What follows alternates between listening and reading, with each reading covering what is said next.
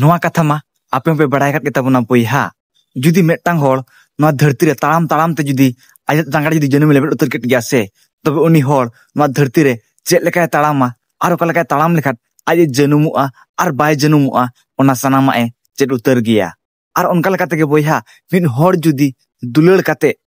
आजा मोनेर धोकाय नाम केया आजा मोने रपुट एन गेताया तबे उनी नोआ धरती रे दुलड़ खन आइमा ज्ञान नाम उतरा आर नोआ हो ज्ञान नामा जे ओकोय होड़ ओकोय सला चेलका हिसाब आर ओका हिसाब को दुलड़े कना मेन काते मेनखान बोयहा आबो मा स्कूल कॉलेज करे मा किताब रे जहां ओला कना ओना को पढ़ाओ काट बोना मेनखान बोयहा नोआ दिसम रे असली रूप आर असल ज्ञान दो नोआ दिसम होड़ गे आबो को चेत पोना ओना जिका बोयहा आमा जीवन रे ओका समय रे खराब समय चलुक कना आर ओका समय रे भागी समय चलुक कना एनते आमा जीवन चेलका चलुक कना ओडे खन गे आमा जीवन रे असल ज्ञान दो चेत जंग में बोयहा चिदा से आमा दुख समय रे तीन हड़ को गड़वाम कना आर सुख समय रे आम सा तीन हड़ को साब कना ओना दो बोयहा सिर्फ आमा जीवन रे जखन दुख हिजुआ उन समय गे बड़ायो चिदा से बोयहा सुख समय मा जतो हड़ गे आमरिन जोटाव जतो हड़ गे आमरिन पेड़ा प्रभु एनते तीन समय आमा जीवन दुख चलु आसे उन समय गे बड़ायोआ नोआ दिसम रिन ओकोय दो आमिक कनाय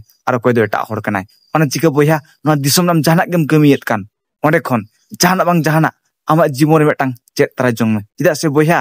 नोआ दिसम रे अकिल गे आमा जीवन रे जतो खन मारांग अकिल दे आरजाव मा चिदा से बोयहा किताब रे अकिल मा सिर्फ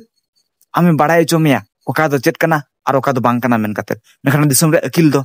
आम खुद तेम बड़ाय दाड़ेया जे आमे मकोय कना आर आम चिका दाड़ेया दम मेना सिर्फ ना दो दिसम रे होड़ गे आम को सेणावा मा।